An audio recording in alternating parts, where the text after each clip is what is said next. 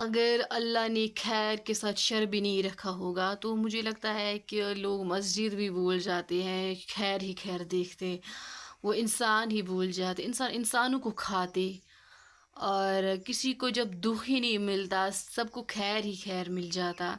تو لوگ یہ بھول جاتے کہ ہم انسان ہیں، نماز ہے، مسجد ہے، اللہ بھی ہے،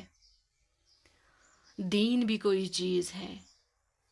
اسی لیے اللہ تعالیٰ نے خیر اور شر بھی رکھا ہے، کیونکہ شر جب ایک انسان کو پوچھتا ہے، اس کا جو مطلب کہ وہ ایک حد تک بیلنس ہو جاتا ہے، اسے سمجھ آتا ہے کہ میرے اوپر ایک طاقت ہے جس سے میں کنٹرول نہیں کر سکتا، جو مجھے کنٹرول کرتا ہے، میری لائف کو کنٹرول کرتا ہے۔ اور جب ایک انسان کو دکھ پہنچتا ہے، کسی حد تک اس میں ایک نرمی آ جاتی، ایک سدھار آ جاتا ہے، جس سے وہ پھر دوسرے انسان کو انسان سمجھتا ہے، نماز کو نماز سمجھتا ہے،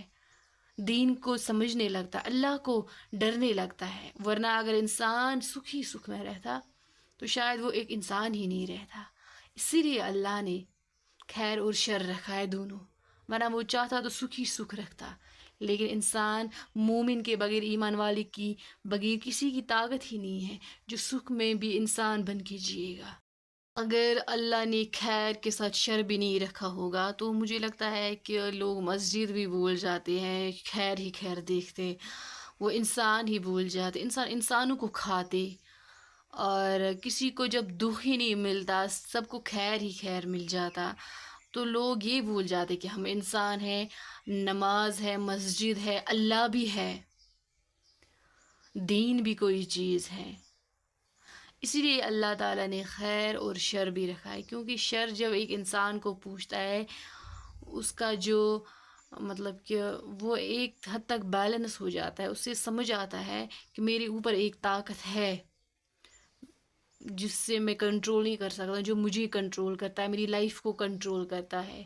اور جب ایک انسان کو دکھ پہنچتا ہے، کسی حد تک اس میں ایک نرمی آ جاتی، ایک سدھار آ جاتا ہے، جس سے وہ پھر دوسرے انسان کو انسان سمجھتا ہے، نماز کو نماز سمجھتا ہے، دین کو سمجھنے لگتا ہے، اللہ کو ڈرنے لگتا ہے۔ ورنہ اگر انسان سکھ ہی سکھ میں رہتا تو شاید وہ ایک انسان ہی نہیں رہتا۔ اسی لیے اللہ نے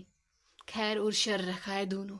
ورنہ وہ چاہتا تو سکھ ہی سکھ رکھتا، لیکن انسان مومن کے بغیر، ایمان والے کی بغیر کسی کی طاقت ہی نہیں ہے جو سکھ میں بھی انسان بن کے جیے گا۔